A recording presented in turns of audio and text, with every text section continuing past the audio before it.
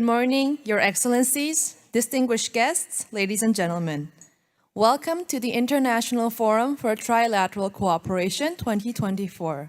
It is our distinct honor and pleasure to have you both joining us both online and on-site. My name is Kang from the Trilateral Cooperation Secretariat, the TCS, and I am pleased to welcome you to our forum today. IFTC is TCS's annual flagship event, bringing together policymakers and experts to share insights on trilateral cooperation. This year's IFTC commemorates the 25th anniversary of trilateral cooperation, in line with the recent developments and recognitions made at the 9th Trilateral Summit. Now, to open the forum, please join me in welcoming Mr. LEE Hee-sup, Secretary-General of TCS, to the stage for the opening remarks. Please give a round of applause.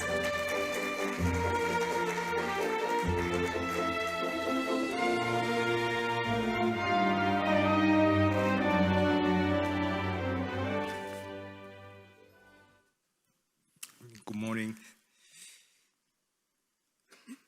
Your Excellency, KANG Insun, Vice Minister of Foreign Affairs of the Republic of Korea, Your Excellency, MIZUSHIMA Koichi, Ambassador of Japan to Korea, Your Excellency, XING Haiming, Ambassador of China to Korea, Your Excellency Kim Sung-hwan, President of Daeje Future Consensus Institute and former Foreign Minister of Korea, Dr. KITAOKA Shinichi, Emeritus Professor of the University of Tokyo, Dr. WANG Fan, President of China Foreign Affairs University, Excellencies, distinguished panelists, ladies and gentlemen.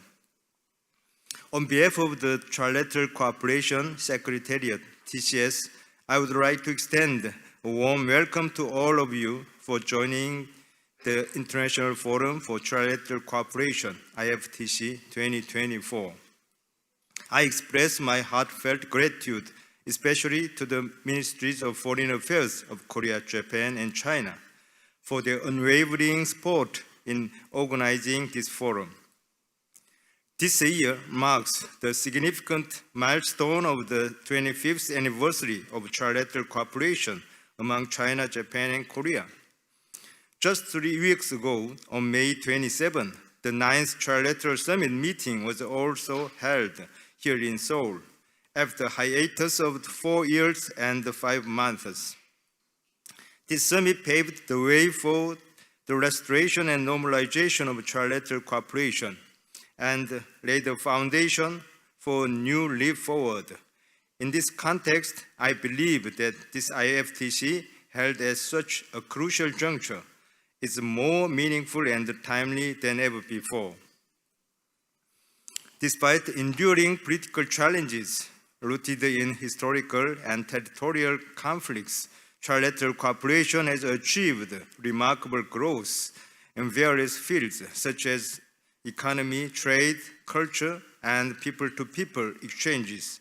However, this quantitative progress has not necessarily led to an improvement in mutual understanding, respect, and trust among the three countries. In fact, we witnessed a paradoxical trend where distrust and animosity have grown, further fueling conflicts. The mutual affinity and trust among the people have been steadily declining, reaching a concerning level in recent years, with distrust falling down to the level of 20%. In light of this, I would like to recall the saying by Confucius, "Without trust, one cannot stand." In Korean, 무신불립, in Japanese, 무신훌유, 신나군바 다따즈. In Chinese, 우신부리. Recently, China, Japan, and Korea have been facing various global challenges, such as geopolitical tensions, protectionism, supply chain restructuring, climate change, wars, and declining mutual trust. These challenges indicate that trilateral cooperation is at a critical turning point. However, it is worth noting that trilateral cooperation emerged in response to the Asian financial crisis in 1999 and was further institutionalized following the global financial crisis in 2008. By nature, it has evolved from efforts to overcome crises and has continuously grown by turning challenges into opportunities. At the recent Trilateral Summit, it was reaffirmed that the stable and long-term development of cooperation lies in enhancing trust and friendship through people-to-people exchanges and communication. The leaders agreed on several initiatives, including expanding the Campus Asia student exchanges to 30,000, designating next 2 years as the Year of Culture Exchange, with the goal of increasing the number of people-to-people exchanges among the 3 countries to 40 million by 2030.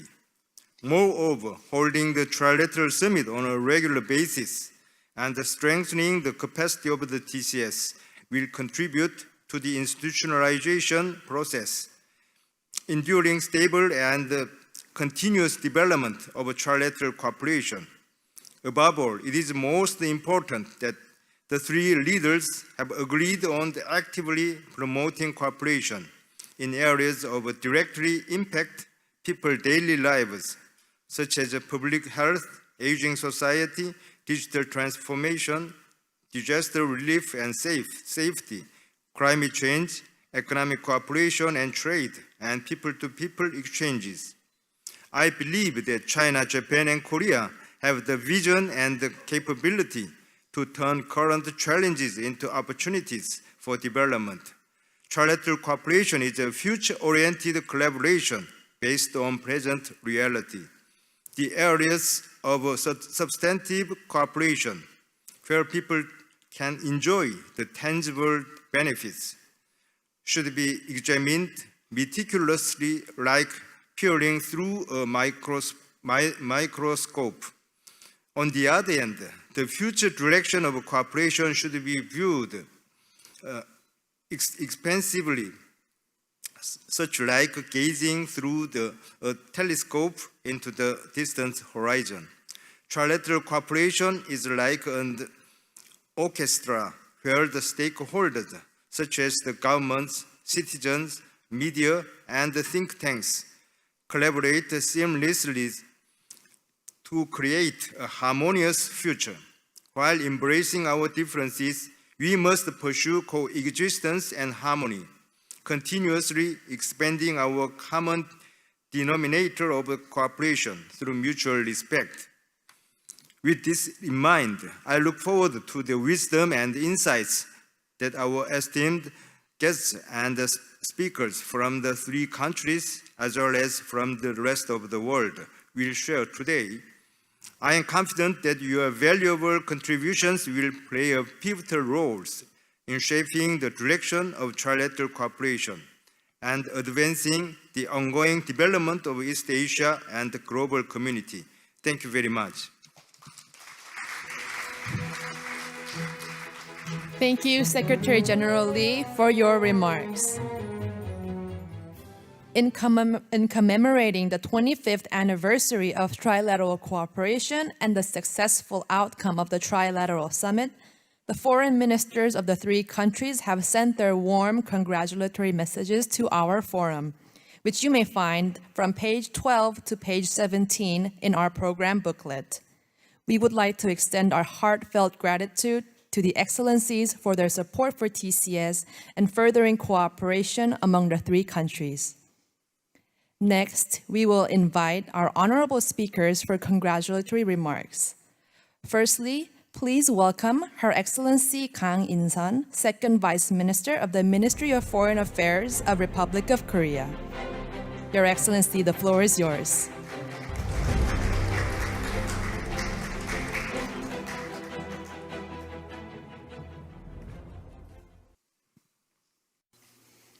존경하는 Distinguished guests, I would like to extend my sincere congratulations to all of you on the 2024 IFTC. Of course, I would like to thank the Secretariat Secretary-General LEE Hee-sup and the entire staff for organizing such a meaningful event. As Vice Minister of Foreign Affairs, I'm greatly honored to attend this important gathering that commemorates the 25th anniversary of trilateral cooperation and discusses the future direction of our cooperation. As is well known, the history of trilateral cooperation began with the meeting of the leaders of the three countries at the ASEAN Plus 3 Summit in the Philippines in 1999. And this year, we are celebrating its 25th anniversary. Last month, the leaders of the three countries held the 9th Trilateral Summit for the first time in approximately 4 years and 5 months. At the latest summit, the leaders of the three countries provided direction to further develop trilateral cooperation. And the themes of today's forum, institutionalizing collaboration and promoting exchanges for a brighter future, are key elements of the way forward. First, allow me to talk about the institutionalization of trilateral cooperation. Since the first summit in 2008, the three countries have been planning to hold the summit on a regular basis. At the 9th summit last month, the leaders agreed to regularly hold the summit as the highest vehicle of trilateral cooperation and to revitalize the more than 70 intergovernmental consultative bodies. This emphasis on institutionalizing trilateral cooperation is due to the fact that the institutionalized framework of cooperation has contributed significantly to the steady progress of trilateral cooperation despite the challenges in bilateral relations, international politics, pandemics, and other unpredictable regional and international impacts. The TCS, which is hosting today's conference, has been a solid foundation for the institutionalization of trilateral cooperation since its establishment in 2011, and the three countries will continue to work to strengthen the capacity of TCS. One of the core objectives of institutionalizing trilateral cooperation is to promote exchanges among the three countries. Although our cooperation has suffered from the pandemic for many years, people-to-people exchange between the three countries is recovering, and exchanges through cultural content are vibrant. In 2023, the Japanese animated film Suzume became the #1 movie at the box office in Korea and the all-time #1 Japanese movie, with about 5.5 million audiences having seen the film. Meanwhile, the Chinese panda Fubao has created a large fan base in Korea, leading to a fandom known as the Fubao syndrome. All three countries share in the awareness that actively engaging in exchange across the future generations to promote understanding and broaden empathy among the three countries are important to solidifying the long-term foundation of trilateral cooperation. At the most recent summit, the years 2025 and 2026 were designated as the years of cultural exchange among our three countries, and we agreed to encourage various exchange programs ranging from children's storybook exchange competition to Campus Asia, an exchange program between universities, to expand contact among the peoples of the three countries. In this way, the leaders of the three countries have created greater momentum for trilateral cooperation, institutionalizing trilateral cooperation, and promoting exchanges. And as such, I look forward to valuable and fruitful discussions in today's forum. Distinguished guests, we all know and agree on the importance of trilateral cooperation, but the road ahead may not always be smooth. North Korea's nuclear and missile threats and provocations continue, and globally there are economic issues such as supply chain instability and national security challenges as well. These challenges are great, which is why it is so important that our three countries, who have been neighbors across thousands of years and who are all global powerhouses, maintain consistent cooperation. In particular, the Trilateral Summit held in Seoul last month showed that trilateral cooperation has taken a new leap forward. The Korean government is committed to building on this positive momentum to further solidify the future of trilateral cooperation. On the occasion of the 25th anniversary of trilateral cooperation, I do hope that today's forum will reflect on the achievements of past cooperation and gather momentum for future cooperation. Thank you.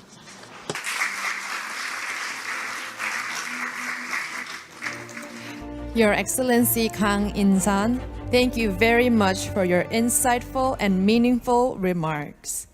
We appreciate your warm message to TCS and also for contributing to trilateral cooperation. Next is the congratulatory remarks from His Excellency MIZUSHIMA Koichi, Ambassador of Japan to the Republic of Korea. Your Excellency, you have the floor.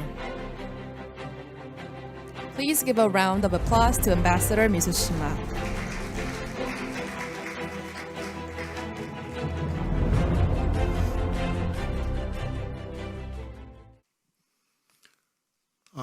Hi everybody. Ohayo gozaimasu. Annyeonghaseyo. Ni hao. I'm MIZUSHIMA Koichi, Ambassador of Japan to the Republic of Korea.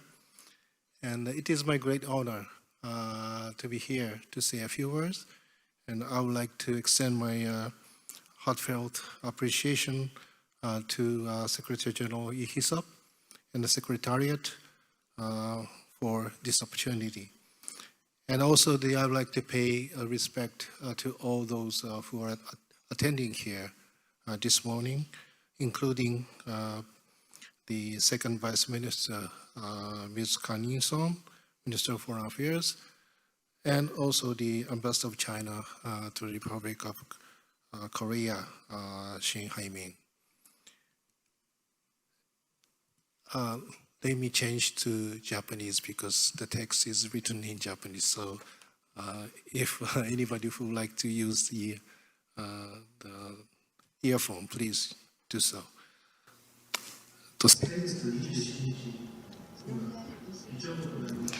On the 27th of last month, the Japan-China-Korea Summit was held for the first time in 4.5 years under the leadership of the Korean government, which is currently holding the chairmanship. The three leaders celebrated the 25th anniversary of trilateral cooperation and welcomed the revitalization of the trilateral process.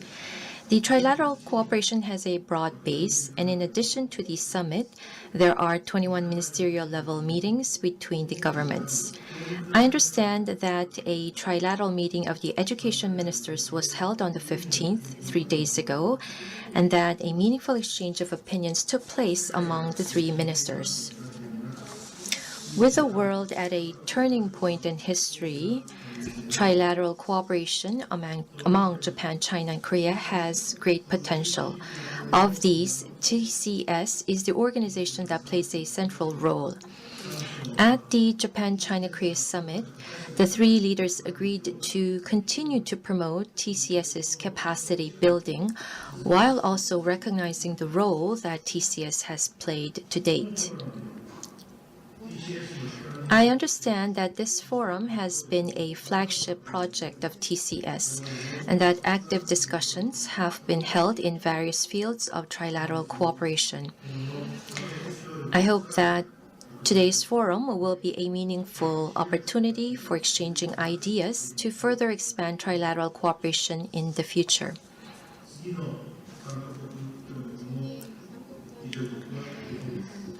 And the next chairmanship will be held by Japan.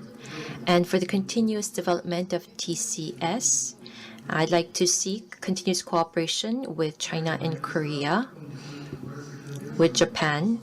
And lastly, I'd like to conclude by wishing everyone here today good health and further development in Japan-China-Korea relations. Thank you very much for your attention. Thank you. Your Excellency, thank you very much for your remarks. Now, moving on, please welcome His Excellency XING Haiming, Ambassador of China to the Republic of Korea, for his congratulatory remarks. Your Excellency, the floor is yours.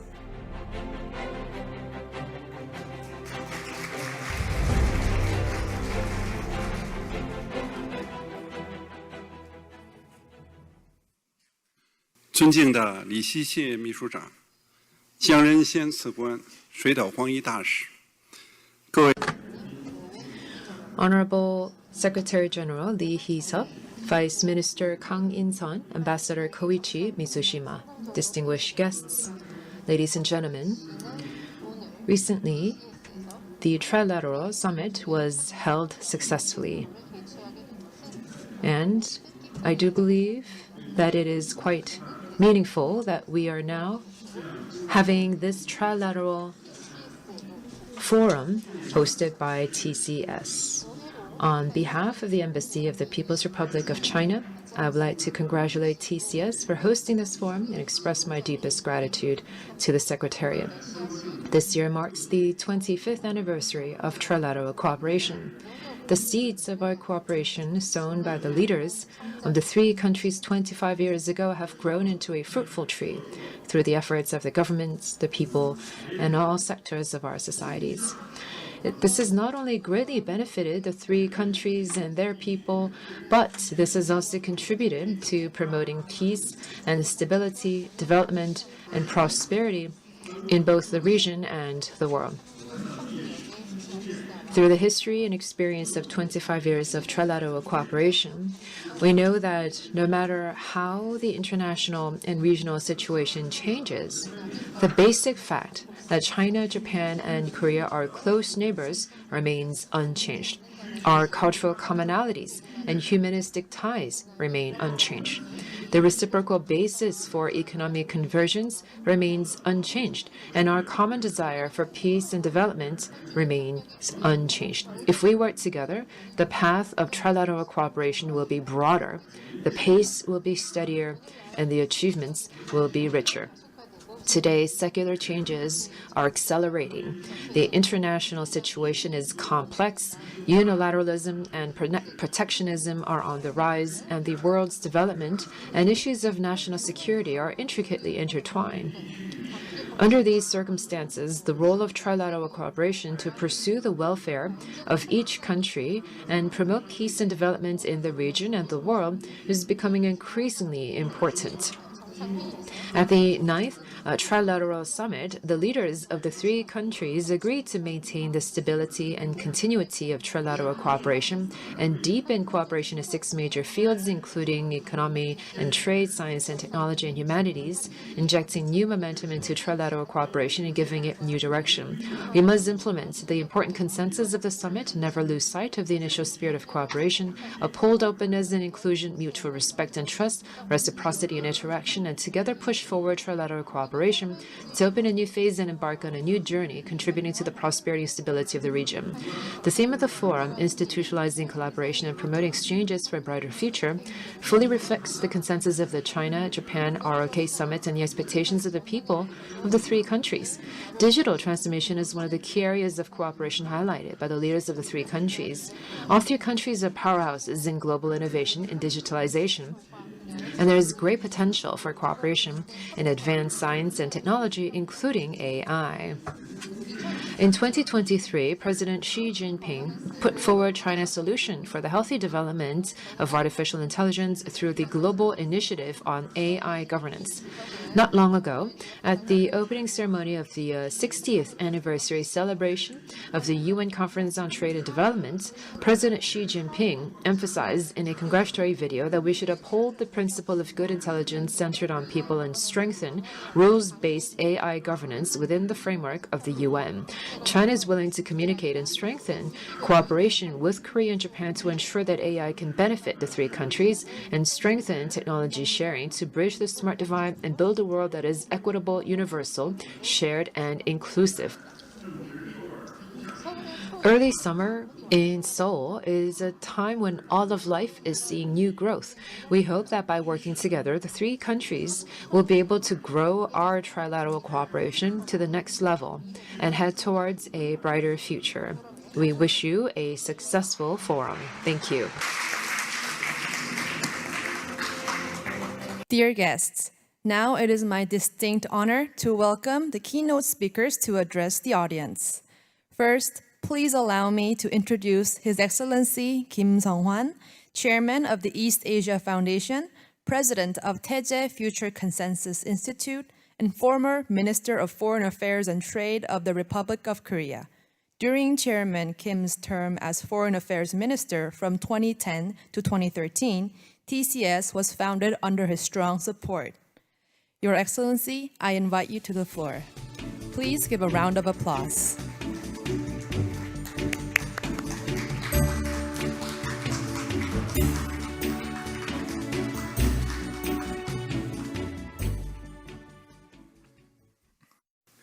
여러분 안녕하셨습니까?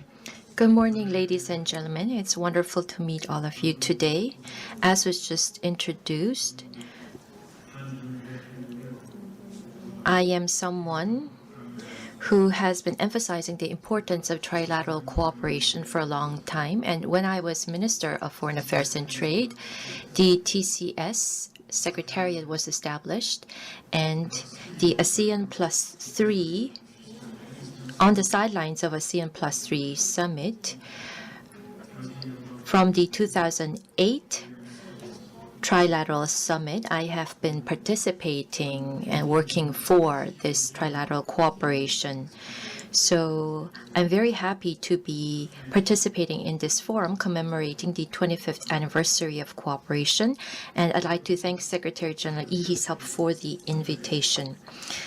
Unlike Europe or other regions, Northeast Asia does not have much experience in multilateral cooperation. So it should be highly appreciated that our three countries have institutionalized cooperation within a short period of time and are recognizing their diversity and overcoming differences and continue to make efforts to expand and promote cooperation. Of course, it is true that the three countries have faced various difficulties during the past 25 years of cooperation, and it is still difficult to say that trilateral cooperation is going smoothly. However, as the Korean saying goes, one spoon of rice doesn't make a full stomach.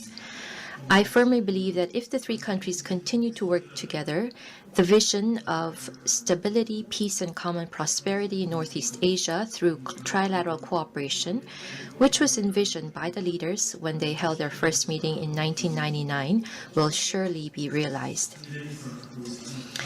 As an advocate of trilateral cooperation, I'm very pleased that the Trilateral Summit, which had not been held due to the pandemic and political relations among the three, was held here in Seoul last month for the first time in 4 years and 5 months, marking an important opportunity to revitalize the cooperation process. And I look forward to the three governments implementing the projects agreed upon without delay. Our challenge now is to develop and implement measures to maintain the momentum created by the summit and gain new momentum. Let me share some of my thoughts in this regard. Secretary-General LEE Hee-sup already mentioned this earlier, but I believe that the biggest factor hindering our cooperation in the past is the lack of understanding among the governments and peoples of three countries and the lack of trust that has resulted from this. Trust is the most fundamental foundation for cooperation, and without trust-based cooperation, we cannot achieve common peace and prosperity. Thus, I believe that the three governments should focus first and foremost on measures that can increase trust among the governments and peoples of our three countries. The first step is to continue to hold the Trilateral Summit every year without interruption, as announced in the Joint Summit Declaration, which specifically included the phrase "without interruption," which is very welcoming because I think it shows that all three countries are committed to making sure that there is no more disharmony surrounding the summit. I understand that various organizations in the three countries regularly conduct surveys of mutual perceptions among the peoples. Over the past decade, when the summits have not been held regularly and negative public opinion has persisted, a common theme has been that South Koreans' favorability toward Japan and China has continued to deteriorate, as well as toward the political leaders of the two countries.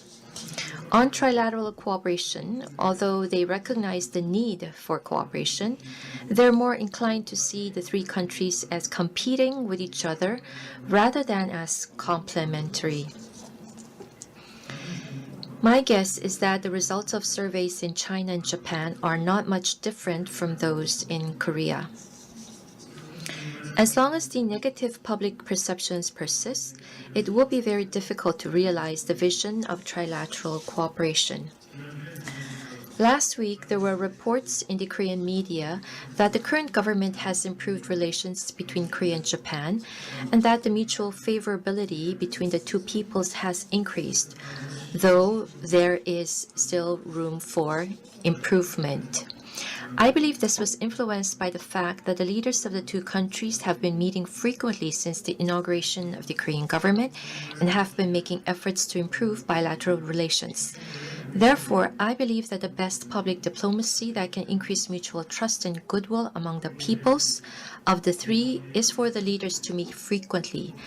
Taking this forum as an opportunity, I look forward to the annual hosting of the summit, when our leaders can show interest and review the implementation of the projects agreed upon by the three countries. Secondly, I think we need a two-track approach in trilateral cooperation, separating the resolution of history issues from the future-oriented cooperation. Our three countries have been interacting and maintaining relations for thousands of years, and it is essential to resolve the issues that have arisen in this process in a way that is mutually acceptable to the people of each country, so that true cooperation can take place. In this light, these issues must be resolved. However, issues related to past history take a lot of time to resolve. Thus, we should move away from the approach of trying to resolve these issues in conjunction with future-oriented cooperation. We should continue to expand cooperation in areas where we can make progress, while taking time to resolve issues that are difficult to resolve immediately. This, I believe, is the practical way to continuously develop and expand trilateral cooperation.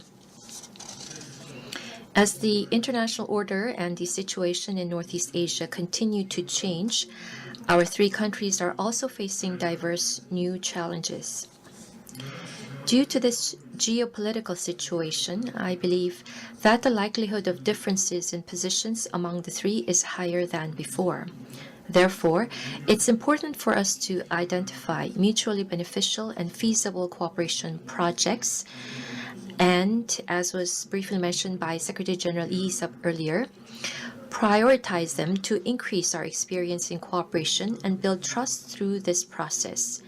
Since the three countries have been facing common problems of low birth rate, aging society, and declining population in recent years, I think that sharing our experience and discussing responses is a priority task that we can implement without much disagreement. Thirdly, I'd like to point out the importance of trilateral exchanges in the humanities. As mentioned earlier, our three countries have been interacting for thousands of years and share many cultural heritage, such as Chinese characters, Buddhism, and Confucianism. Thus, I think that humanities exchanges utilizing our common cultural heritage will make a great contribution to enhancing mutual understanding. At the recent summit, specific measures for humanities exchanges were agreed upon, and I expect that it will be greatly revitalized going forward. Fortunately, our younger generations have a more open attitude towards each other than the older generations, which I think bodes well for future trilateral cooperation. Therefore, I have high hopes for the Campus Asia project, which will involve 30,000 students from our future generations. Given that the Erasmus Student Exchange Program has been praised as a cornerstone of the EU in the past, I believe that our exchange programs between our future generations will be a new foundation for bridging the emotional gap among our three countries and restoring trust among our peoples. Finally, I would like to talk about strengthening the function and role of the TCS. There was an agreement at the summit that we will continue to promote the capacity building of the Secretariat, and I believe that its function and role should be elevated to at least the level of the ASEAN Secretariat. The Secretariat's overall ability to manage and carry out the projects agreed upon should be enhanced to ensure that the cooperation projects achieve the results that were originally intended.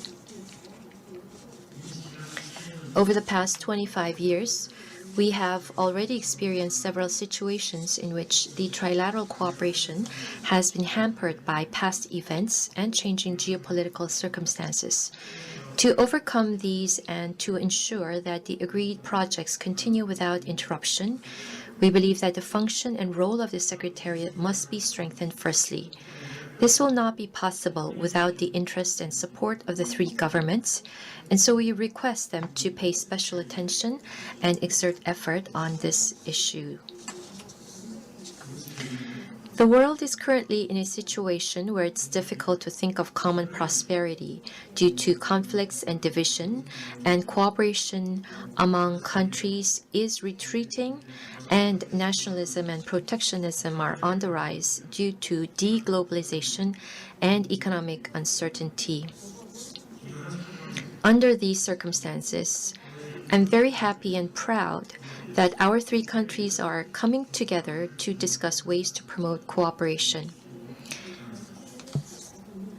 I hope that based on our trilateral cooperation, all countries in Northeast Asia will join together to form a cooperative community to achieve cooperation, peace, and common prosperity in Northeast Asia, and I wish that our trilateral cooperation will go well so that this day will come soon. I would like to thank the TCS staff for their hard work in organizing today's forum and thank all of you as well. Thank you very much for your attention.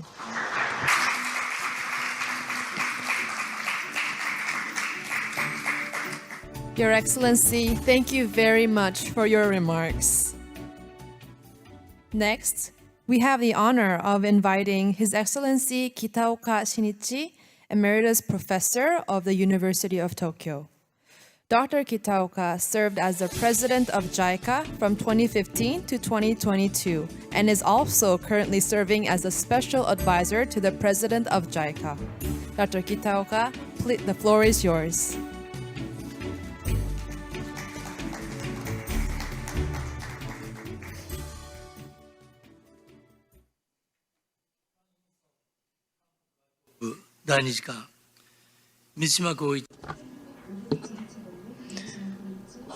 Her Excellency KANG Insun, Vice Minister of Foreign Affairs of the Republic of Korea, His Excellency Koichi Mitsushima, Ambassador of Japan to the Republic of Korea, His Excellency XING Haiming, Ambassador of China to the Republic of Korea, distinguished guests, I would like to congratulate all of you on the opening of the 2024 International Forum on Trilateral Cooperation here in Seoul, held under the theme celebrating 25 years of trilateral cooperation, institutionalizing collaboration, and promoting exchanges for a brighter future. I would also like to thank you for inviting me to participate in this forum. I am from the Nara region of Japan. Nara was the first official capital of Japan, founded in the year 710. It was also an international city where many people from all over the world lived, especially people from China and Korea, and they interacted with the people of Japan and contributed to the development of Japan. This year marks 25 years since the first Trilateral Summit was held. I had the opportunity to participate in several meetings and make policy recommendations during the time of Prime Minister Keizo Obuchi, and I'm very pleased with the development of the trilateral relationship. I would also like to pay tribute to the establishment of the Trilateral Cooperation Secretariat, or TCS, 13 years ago, which has played a great role in the close development of the three countries' regions. Over the past 25 years, the three countries have grown in importance in the world. China's economic development has been a marvel of world history. The economic growth of the Republic of Korea, which overcame the Asian financial crisis, is also remarkable.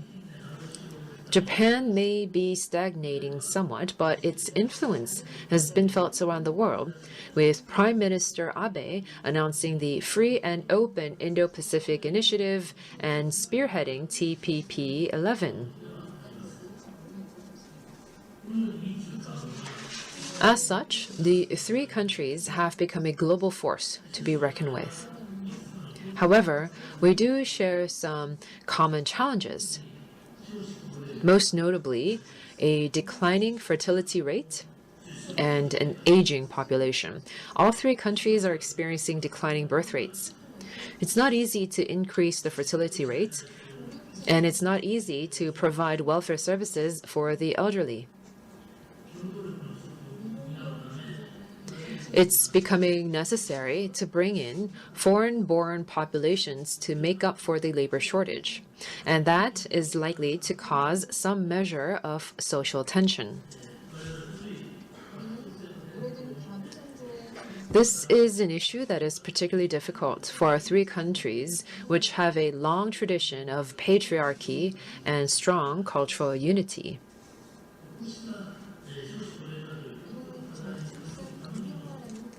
There is a growing need for our three countries to work together, drawing on each other's experiences and wisdom in order to cope with the common problem of a declining fertility rate and an aging population. It is unfortunate, however, that the relationship among the three countries cannot be said to be sufficiently stable or close. However, according to various polls, the mutual awareness of the national image by the people of Korea and Japan is improving significantly, and I think this is due in large part to the leadership of President Yoon Suk-yeol, and I salute him for that. I believe that we need to expand this to all three countries. And in that sense, I'm very pleased that the recent Trilateral summit was successful.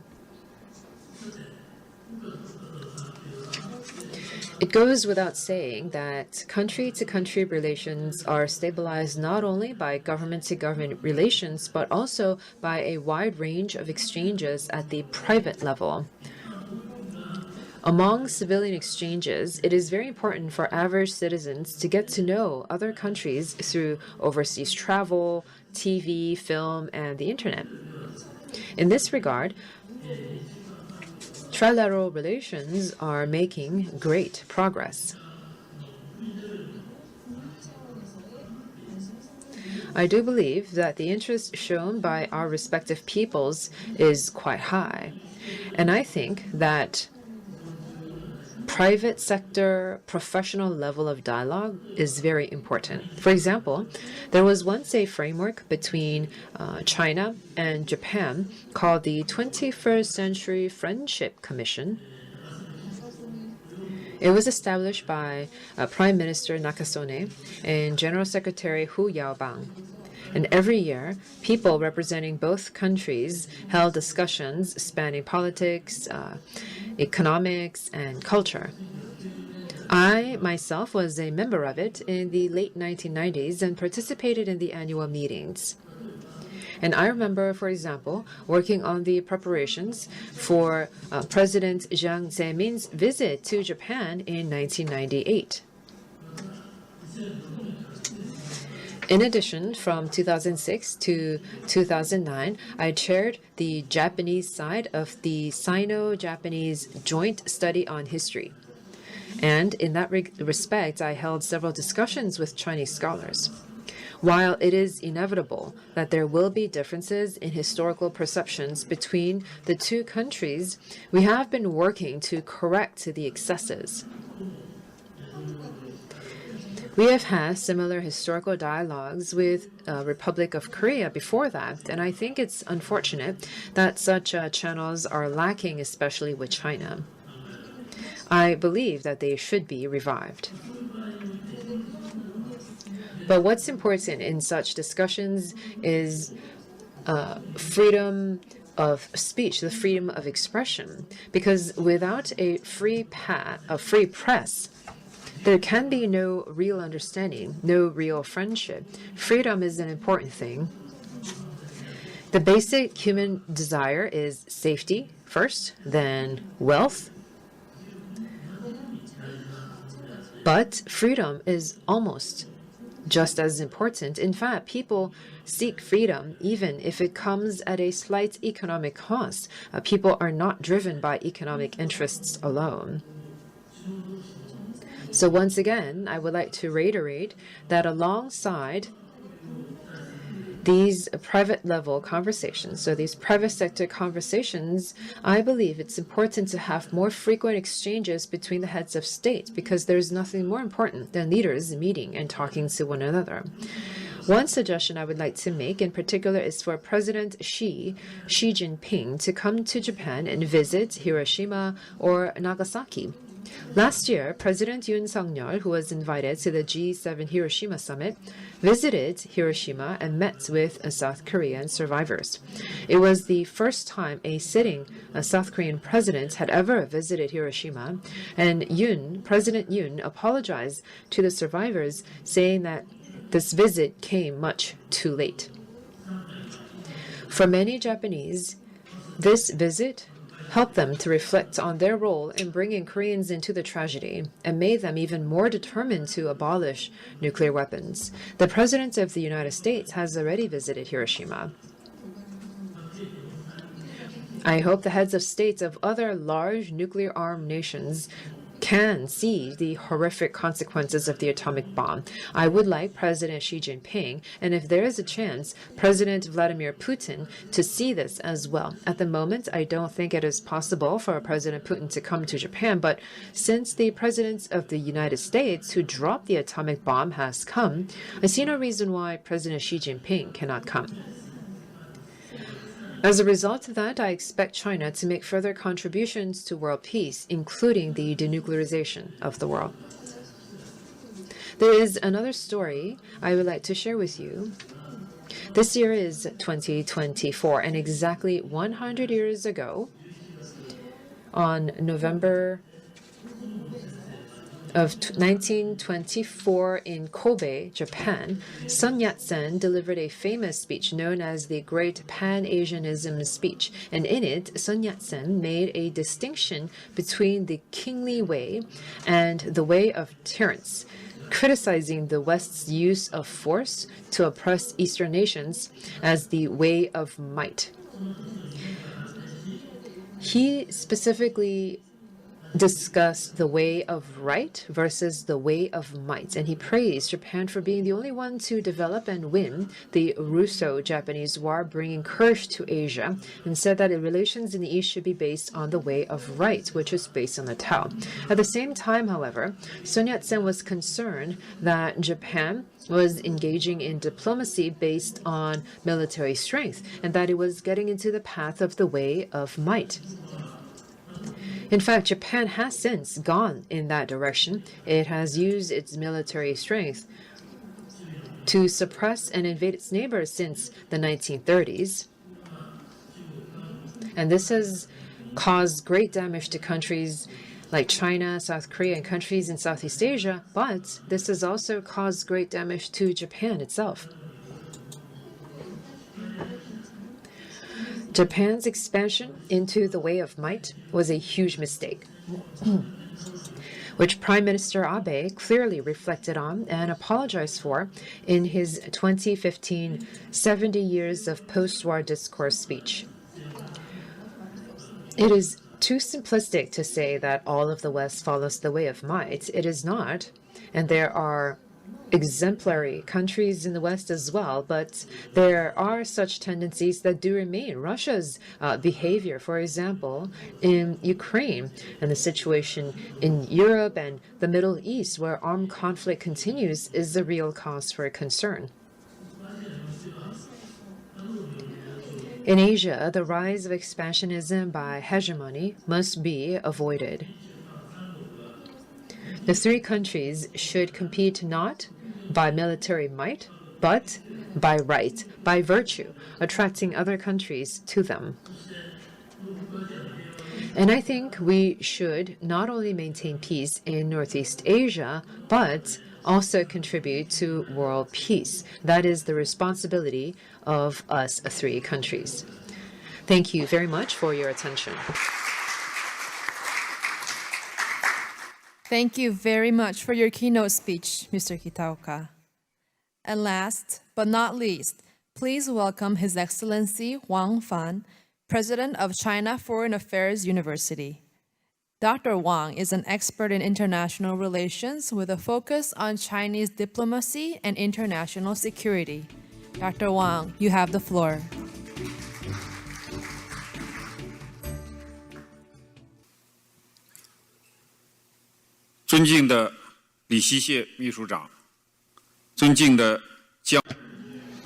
Honorable Secretary-General LEE Hee-sup, Honorable Vice Minister KANG Insun, Ambassador Koichi MIZUSHIMA, Ambassador XING Haiming, ladies and gentlemen.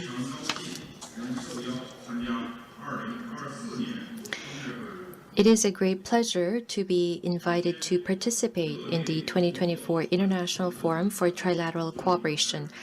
First of all, I'd like to warmly congratulate you on the successful convening of the forum and express my sincere gratitude to the Trilateral Cooperation Secretariat for its meticulous and thoughtful work in organizing the forum. China, Japan, and Korea are major economic powers in Asia and important players in international politics. With a combined population of 1.6 billion, the three countries together account for about 24% of the world's total GDP and about 20% of the world's total trade. The three countries are each other's major trading partners, and in 2023, their total trade exceeded $700 billion. Among them, China's trade with Japan and Korea both exceeds $300 billion. And China is South Korea's largest trading partner, largest export market, and largest source of imports, as well as Japan's largest trading partner, second largest export target country, and largest source of imports. Close economic and trade cooperation has brought tangible benefits to the peoples of the three countries.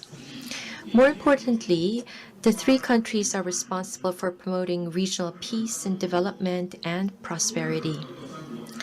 The three countries are also important members of the G20 and have significant influence and say in international affairs.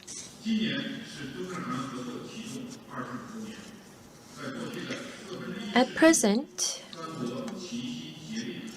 this year marks the 25th anniversary of the launch of the trilateral cooperation. Over the past quarter of a century, three countries have made concerted efforts to gradually form a pattern of multi-level, all-round, and wide-ranging cooperation centered on the summits, supported by 21 ministerial meetings and more than 70 working-level consultations and 100 cooperation projects.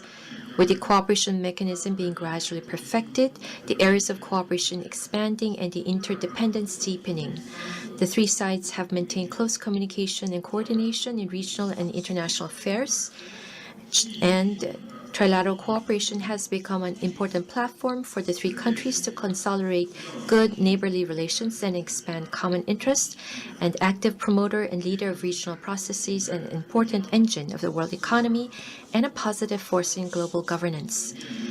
At the same time, it should be noted that trilateral cooperation has not been without its ups and downs and faces a series of inherent and new challenges. From time to time, the development of cooperation among the three has been plagued by unstable bilateral political relations, widening gaps in political mutual trust, and alienation of national sentiments. Since the leaders of the three countries began to meet separately in 2008, there have been three interruptions, and no leaders' meetings have been held in 9 of the past 25 years. The trilateral free trade area has yet to be finalized, and trilateral cooperation is also vulnerable to a series of internal and external factors. Historical differences remain difficult to resolve, territorial disputes are complex and sensitive, and nationalist sentiments have returned. In particular, global trade protectionism has intensified in recent years. Multilateralism and free trade system have been eroded, and the economic security considerations of countries' external cooperation have increased, with the risk of decoupling and breaking the chain rising. The three countries should take the 25th anniversary as an opportunity, be guided by the spirit of the summit, firmly grasp the general direction of friendship and cooperation among the three, properly manage their differences, examine the cooperation at a strategic level, plan the trilateral cooperation from a new starting point, inject new impetus, push cooperation among the three to develop in-depth and real terms to better benefit people of all countries, and jointly bear the responsibility for regional and even world peace, development and prosperity so as to meet the challenge of Asia and the world. Ladies and gentlemen, we are neighbors who cannot move away and partners who cannot be separated. We share the same culture, interests, and destinies. Standing on a new starting point, I'd like to share a few personal views on promoting cooperation between our three countries. First, trilateral cooperation should be viewed strategically. And to do that, we need to adhere to strategic leadership and shape political consensus on trilateral cooperation in the new era. So first, trilateral cooperation should be viewed strategically. Cooperation is in line with the strategic needs of the three sides, in the fundamental interest of the peoples, and in the interest of region and the world. At a time when the world is at an important crossroads and three countries are in a critical period of their own development, we must be convinced that the three do not pose a threat to each other, that each other's development is an opportunity for the other, and that we should establish general direction of mutual benefit, cooperation, and win-win situations so as to ensure that the three can achieve mutual success. Secondly, the leading role of the leaders' meeting in trilateral cooperation should be strengthened. Trilateral cooperation needs to be led by the heads of government. At the 9th summit, the three sides agreed that the trilateral summit and the trilateral foreign ministers' meeting should be held regularly without interruption. Support mechanisms to ensure the continuity of the summit should be strengthened, including the roles of the Trilateral Vision Group and the Trilateral Think Tank Network and the functions of the TCS to serve the leaders' meetings. And once again, three efforts should be made to explore the modern value of common cultural traditions. We should take common cultural traditions as the basis of our common historical responsibility as a starting point and promote the shaping of common identity in Northeast Asia with greater strategic patience, which is the fundamental impetus for promoting deepening of trilateral cooperation, while at the same time making concerted efforts to explore the qualities of Asian value, development models, and government programs. This will require joint efforts of the governments of the three countries, business community, academia, and the press. Secondly, we need to create a new pattern of economic cooperation and consolidate the material basis for trilateral cooperation. We should make concerted efforts to uphold multilateralism and free trade and oppose trade protectionism and bullying. We are the largest trading and investing countries, beneficiaries and supporters of multilateralism and free trade order. And in this regard, we should hold high the banner of multilateralism, normalize functioning of the WTO, and maintain free trade order, oppose all forms of protectionism, and resist the excessive securitization of international agenda. We must actively promote the early conclusion of the trilateral FTA. At the 9th summit, the three sides reached an important consensus on building a comprehensive, high-level, mutually beneficial trilateral FTA with its own value. The three countries should actively implement the commitments of RCEP and maximize the effect of RCEP on the basis of promoting early completion of high-level FTA negotiations to enhance the level and standard of rules for the liberalization of trade in goods in services and investment. This will not only greatly promote economic integration, trade and investments facilitation, help promote industrial upgrading and structural adjustment, improve overall competitiveness, but also help to dissolve the contradictions and differences among us and serve as catalysts to strengthen trilateral political relations.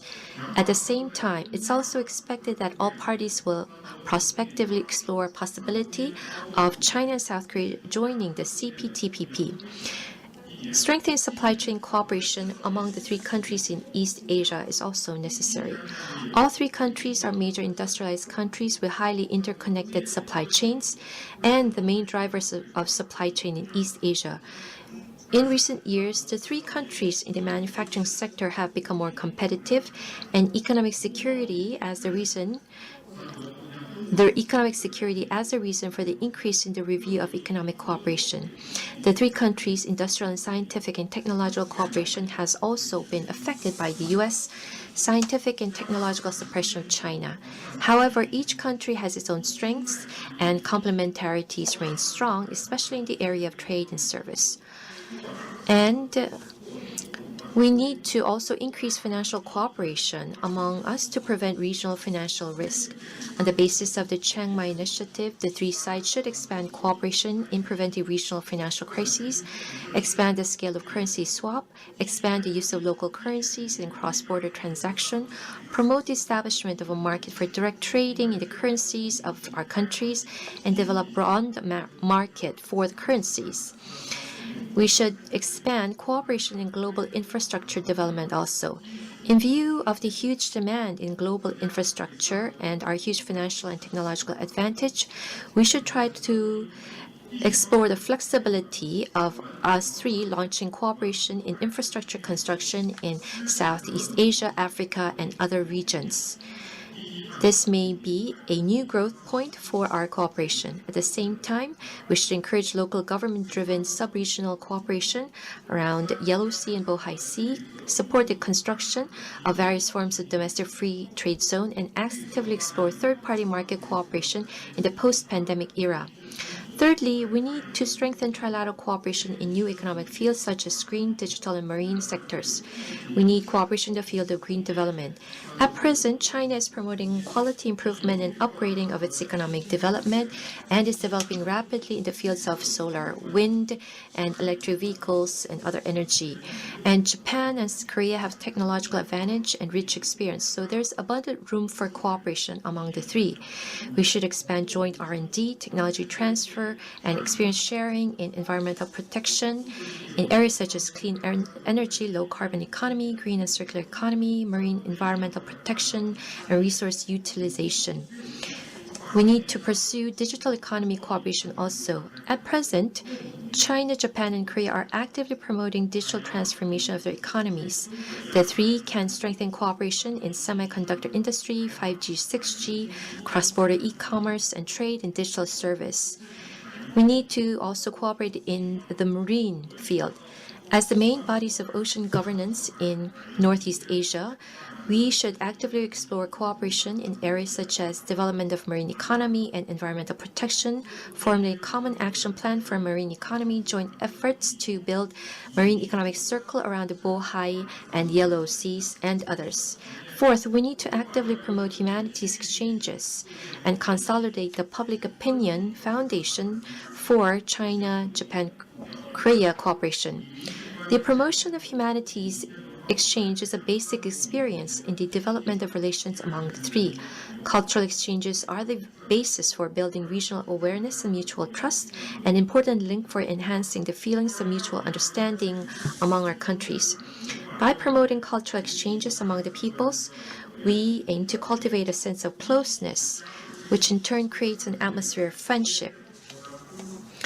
The 2025-26 is the year of cultural exchanges, and I would like to put forward the following proposals for further strengthening humanistic exchanges. First, accelerate visa consultations.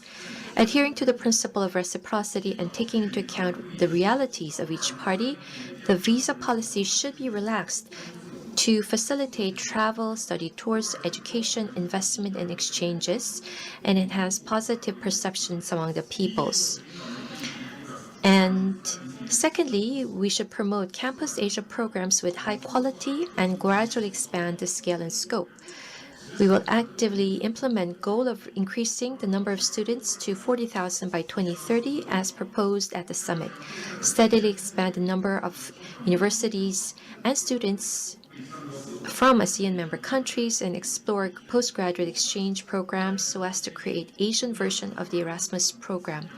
We will strengthen regular and institutionalized exchanges among young people, and in order to cultivate a new generation of future talents. Thirdly, we'll continue to promote the East Asian Capital of Culture and other brand projects to enrich cultural connotations and popularity of the cities of the three countries. Ladies and gentlemen, over the past 25 years, our trilateral cooperation has gone through ups and downs and has become stronger. It is reasonable to believe that the convening of the 9th summit will push trilateral cooperation back on the right track in a comprehensive manner and point out the direction of cooperation in the future. Standing on a new historical starting point, we should forge consensus, shoulder responsibilities, develop and innovate together. And this historic process requires the joint efforts of all of us. At the 9th summit, Premier Li Qiang proposed that China would host a symposium to celebrate the 25th anniversary, and the China Foreign Affairs University has the honor of hosting the event, so I'd like to extend an invitation to all of you here today. I look forward to seeing you all at that time so that we can discuss the great plans for trilateral cooperation together. We're very much looking forward to the sharing of wonderful insight from today's guests and experts. I wish to form a great success. Thank you. Dr. Wang, thank you for your insightful speech. Due to the Excellency's schedules, we'd like to have a photo session before our break. We kindly invite all session speakers of the forum and TCS board members to move to the stage for the group photo. And journalists who wish to take photos, please follow our staff and move to the front. And dear audience, please be seated while the group photo is in session.